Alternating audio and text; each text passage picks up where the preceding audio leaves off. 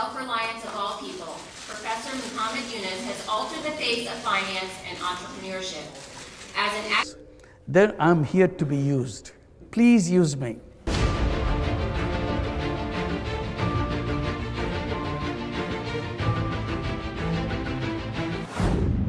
That are going to create the long-term systemic changes in the world. And Yunus, when he got the Nobel Peace Prize, said, "Someday, I look forward to the day when poverty is something we have to look at in a museum."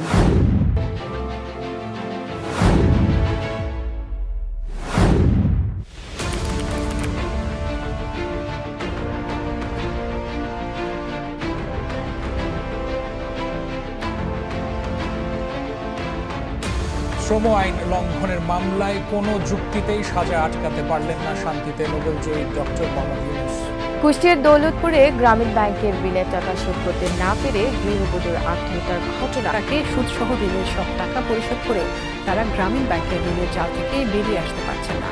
গ্রামীণ ব্যাংকটা ছিল আমাদের একটা স্বপ্ন যে আমরা পৃথিবীকে বদলাতে চাই, দারিদ্র্যকে বুঝে ফেলতে চাই, এটি ছিল আমাদের স্বপ্ন।